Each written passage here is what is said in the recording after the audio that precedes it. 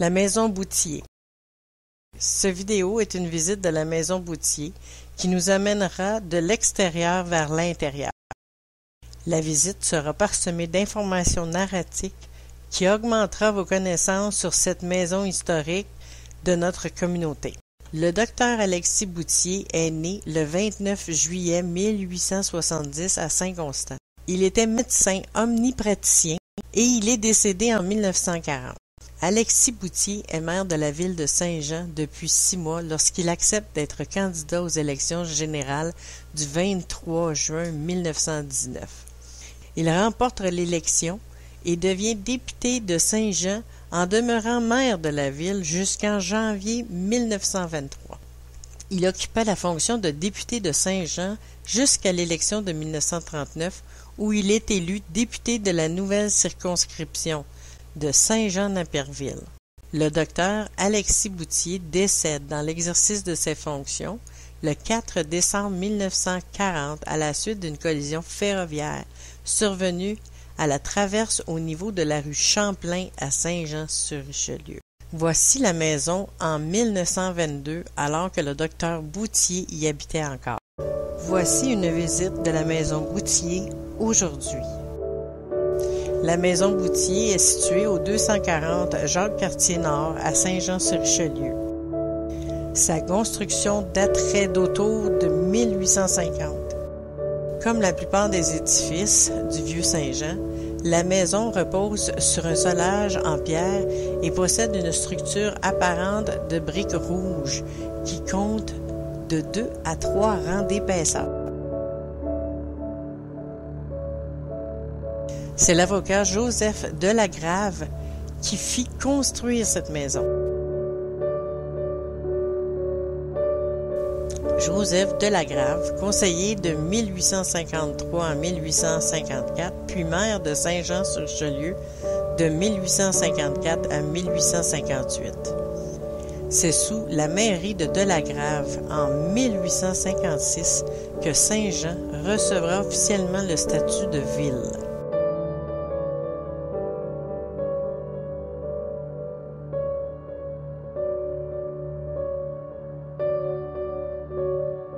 La maison Bouthier a d'abord été la résidence de Joseph Delagrave de 1854 à 1873.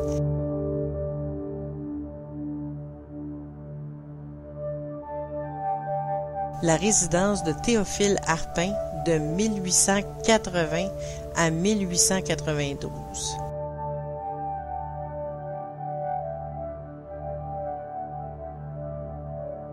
En 1894, la maison était la propriété de la Banque des marchands du Canada, qui la vendra ensuite à Caroline Messier, dame Louis-Napoléon Boisvert.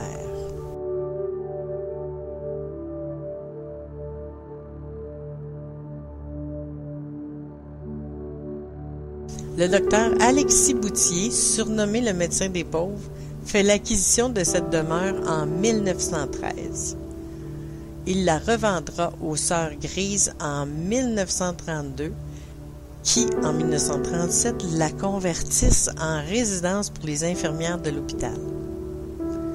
Une grande rallonge sera bâtie à l'arrière de la maison pour accueillir les infirmières. Les Sœurs Grises se serviront de la maison pour y donner des cours et y loger des infirmières de l'hôpital situé à côté de la maison. La maison accueille, dans le dernier quart du 20e siècle, les locaux du département de la santé communautaire de l'hôpital du Haut-Richelieu.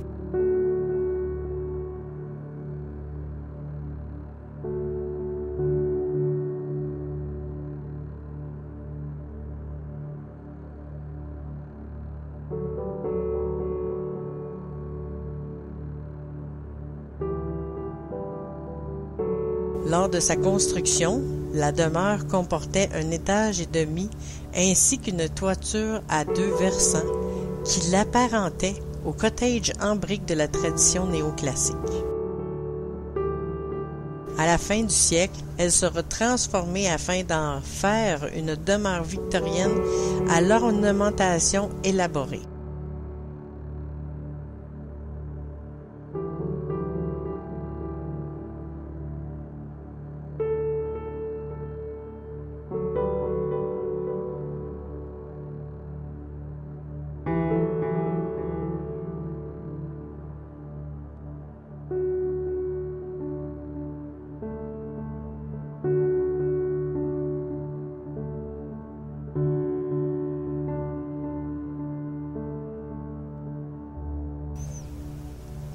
La maison comprenait 2 portes d'entrée latérales qui furent remplacées par une seule porte centrale.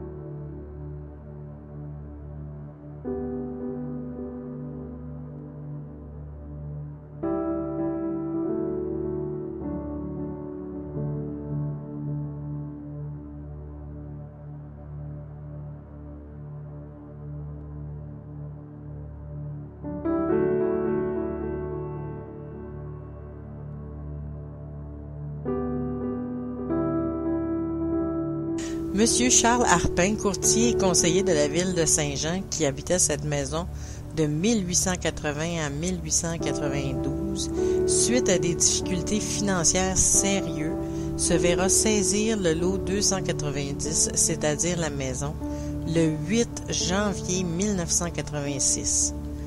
Pour des raisons inconnues, M. Arpin reste propriétaire dans le rôle de la ville jusqu'en 1894.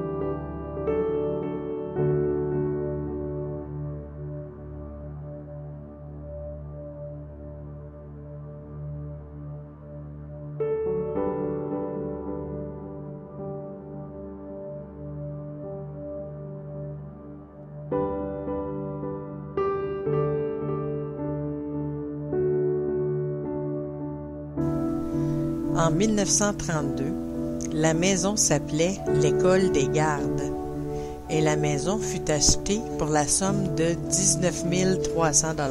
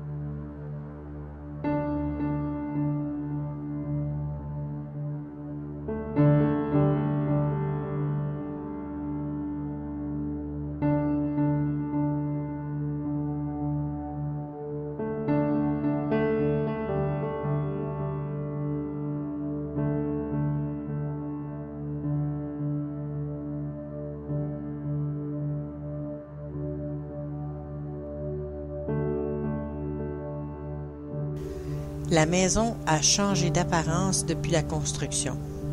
C'est surtout la façade qui a été touchée par ces changements. La charpente du toit avait un toit en pignon.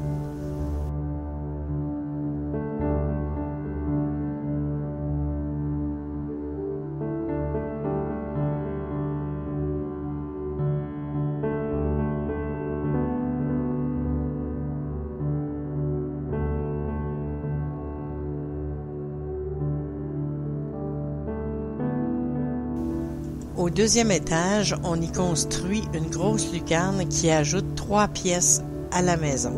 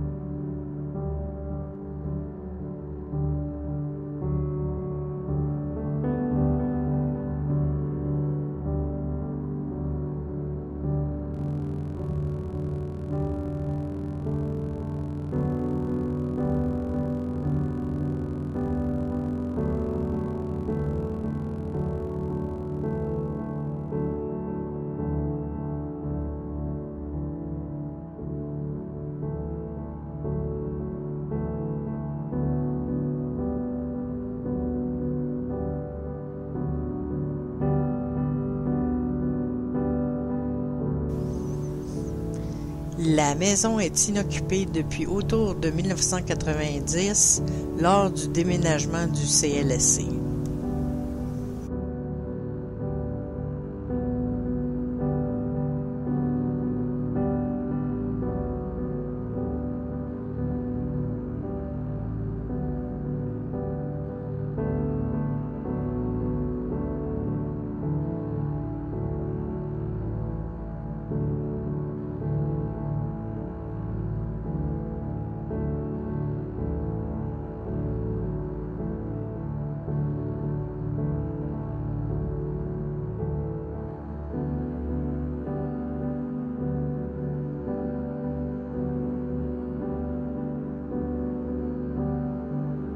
En 1993, on démolissait l'école des infirmières qui était rattachée physiquement à l'arrière de la maison.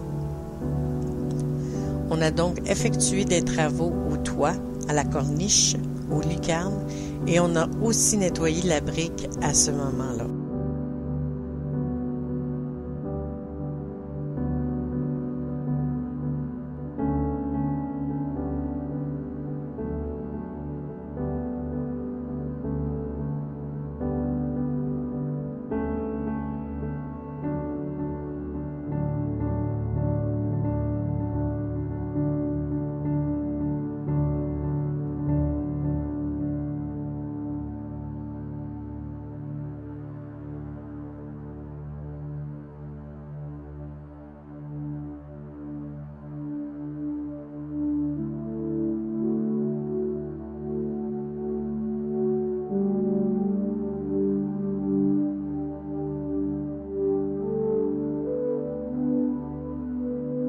La maison de la rue Jacques-Cartier-Nord possède une valeur patrimoniale élevée. Son histoire, reliée à des personnages importants de Saint-Jean-sur-Richelieu ainsi qu'à l'hôpital, lui donne une valeur ajoutée.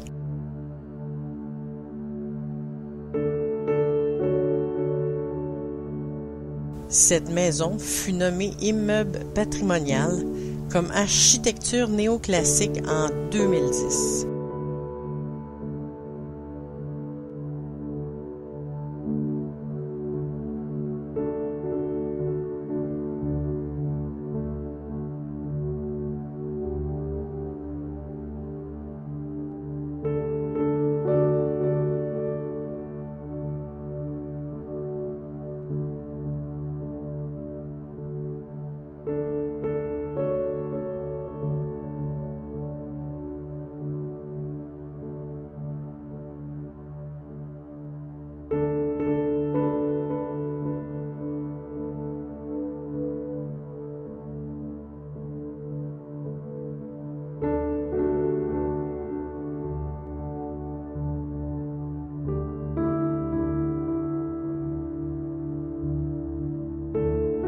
de la tôle traditionnelle recouvre la toiture.